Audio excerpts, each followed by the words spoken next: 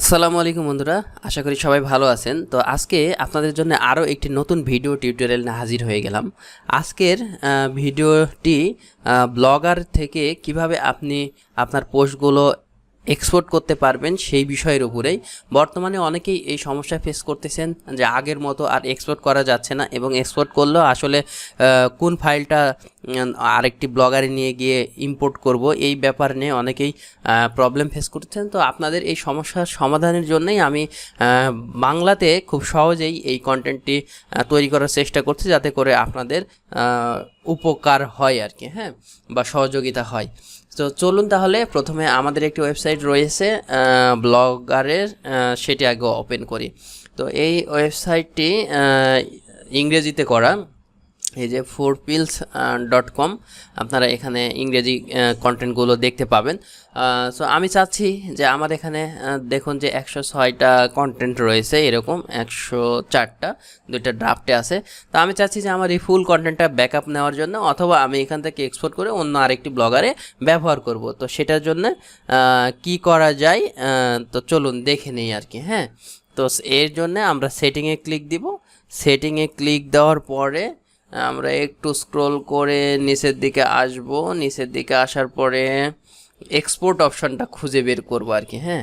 তা আমি একটু দ্রুত স্ক্রল করছি। এই যে ইম্পোর্ট কন্টেন্ট, মানে আপনি নতুন করে যে কন্টেন্টগুলো এখানে সংযুক্ত করবেন, যে ফাইলটা। আর এই যে ব্যাকআপ কন্টেন্ট, এক্সপোর্ট যেটা আমি বলছি সেটা হচ্ছে যে ব্যাকআপ কন্টেন্ট। আপনি এই ব্যাকআপ কন্টেন্টে ক্লিক দিতে হবে আর কি, হ্যাঁ। ব্যাকআপ কন্টেন্টে ক্লিক দিলে ডাউনলোড যে অপশানটি আসবে এখানে ক্লিক করে দেবেন। দেওয়ার পরে দেখুন যে গুগল টেক আউট, এবং এখানে কয়েকটা স্টেপ রয়েছে, 2টা স্টেপ রয়েছে। প্রথমটা হচ্ছে যে পুরোটাই আপনি এখান থেকে কি করবেন, যে your blogger blogs include post, page, comment, video as well as setting and your blogger profile, সব কিছুই কিন্তু এখানে এক্সপোর্ট হয়ে যাবে আর কি, হ্যাঁ। তো আপনি এখান থেকে আরও শো মোর প্রোডাক্ট করতে পারেন, এখান থেকে চেক মার্ক করে দিতে পারেন যে আরও কোনো কিছু যদি আপনার প্রয়োজন হয় সেইগুলো চেক করে দিবেন। এখানে অনেক কিছু অপশান অ্যাড করেছে গুগল, আসলে এমনি এমনি করেনি। এইগুলো এই ফিচারগুলো অনেকেরই দরকার রয়েছে এবং বা দরকার হবে আর কি, হ্যাঁ। সো এই কারণেই এই জিনিসগুলো সংযুক্ত করেছে। তো আমাদের যেহেতু আমরা কন্টেন্টগুলো ব্যাকআপ নিব, সেহেতু আমাদের এখানে যে ব্লগারের যেই অপশানটি রয়েছে শুধু সেটা, এই যে ব্লগারের এইটাকে চেকমার্ক থাকলেই হবে আর কি। তো এখন চলুন নিচের দিকে যাওয়া যাক। নিচে গিয়ে আমরা জাস্ট এই যে নেক্সট স্টেপে ক্লিক করে দেবো। নেক্সট স্টেপে ক্লিক করলে এখানে বলছে যে সেন্ড ডাউনলোড লিঙ্ক ভায়া ইমেল, এবং এই যে আপনি গুগল ড্রাইভে রাখতে পারেন, ড্রপ বক্সে, ওয়ান ড্রাইভে, এবং অ্যাড টু বক্স। এই অ্যাড টু বক্সটা আসলে আমি এখনও এক্সপেরিমেন্ট করা হয়নি আর কি, হ্যাঁ, এই কারণে বলতে পারছি না বক্সে আসলে কোথায় যাবে। তো আমি এখানে সেন্ড ডাউনলোড লিঙ্ক ভায়া ইমেল, এটাই আমি দিলাম।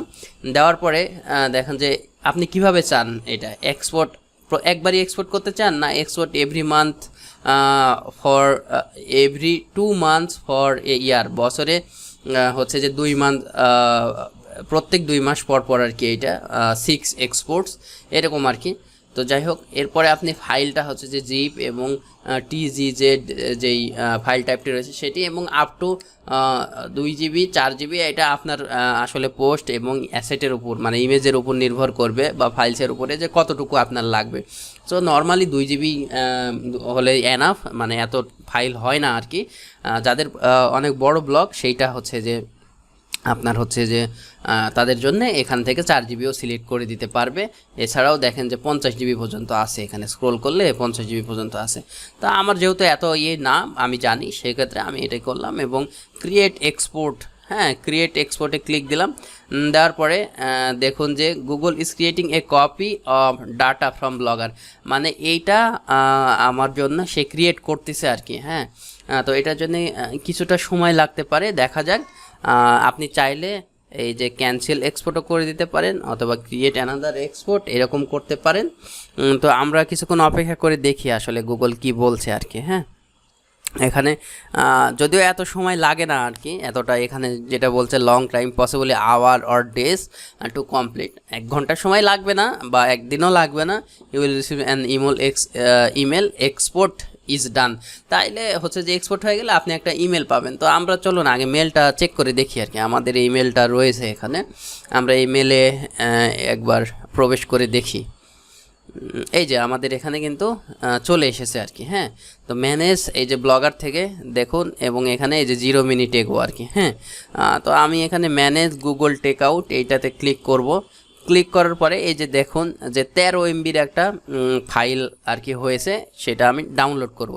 এই ডাউনলোডে ক্লিক দিলাম এবং এটি ক্লিক দেওয়ার পরে এই যে দেখুন যে পাসওয়ার্ড চাচ্ছে আর কি। হ্যাঁ, তো এখানে আমার পাসওয়ার্ডটা দিতে হবে।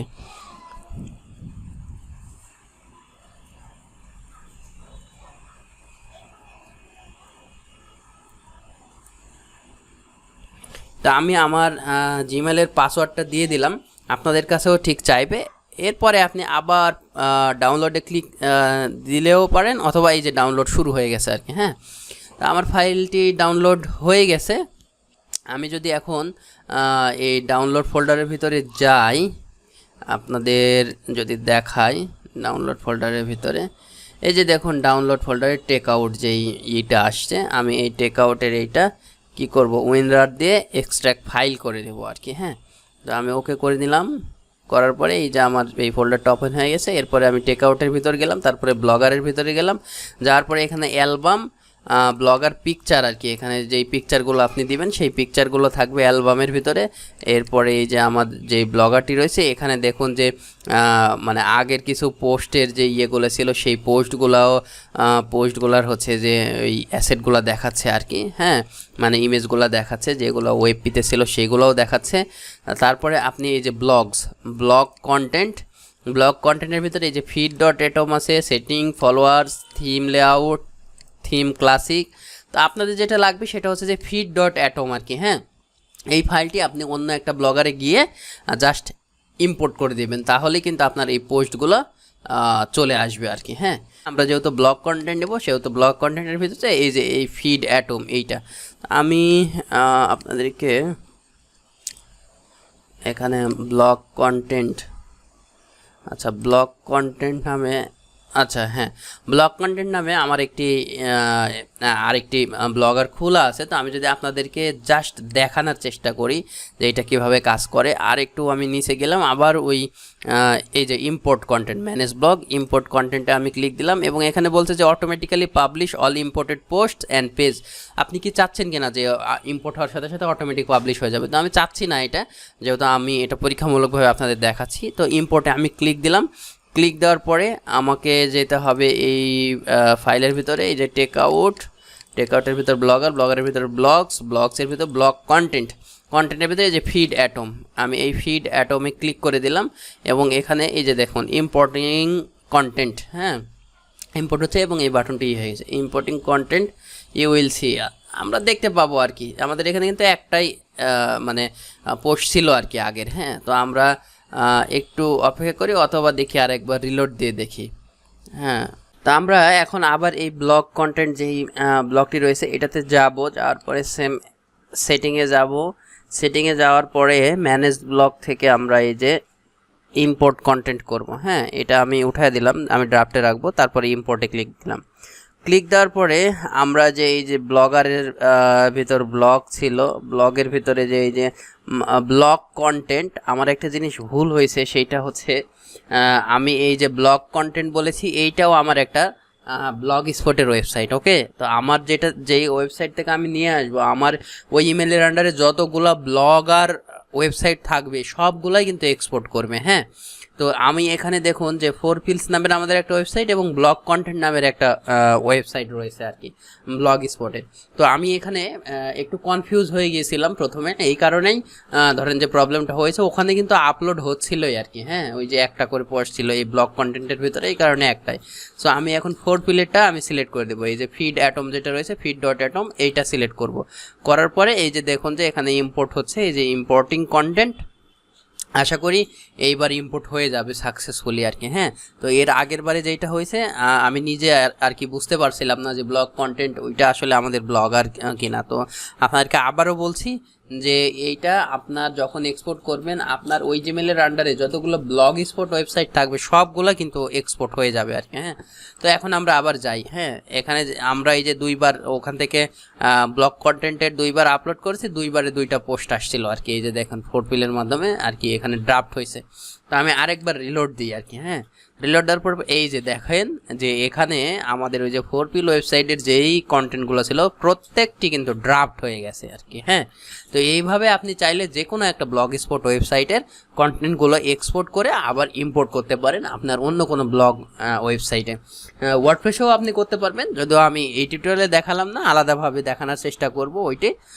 তো এইভাবে আপনারা চাইলে খুব ইজিলি ব্যাকআপ রাখতে পারেন এবং যে কোনো সময়ে রেস্টোর করতে পারেন। হ্যাঁ, so thank you so much এতক্ষণ ভিডিওটি কষ্ট করে দেখার জন্য। আপনি যদি সাবস্ক্রাইব করে না থাকেন এখনও, তাহলে সাবস্ক্রাইবটা করে দিবেন আর লাইক শেয়ার করতে অবশ্যই ভুলবেন না, কৃপণতা করবেন না মোট কথা। তাহলে হয় কি, একটা লাইক কমেন্ট শেয়ার আসলে নতুন করে কন্টেন্ট তৈরি করার যেই আগ্রহটা বেড়ে যায় অনেক গুণ, 2-4 গুণ।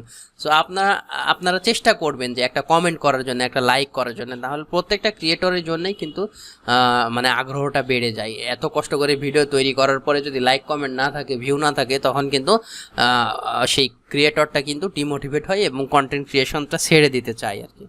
সো ধন্যবাদ, সুস্থ থাকবেন, সুন্দর থাকবেন আর আমার এই চ্যানেলটি সাবস্ক্রাইব করে পাশেই থাকবেন। আল্লাহ হাফেজ।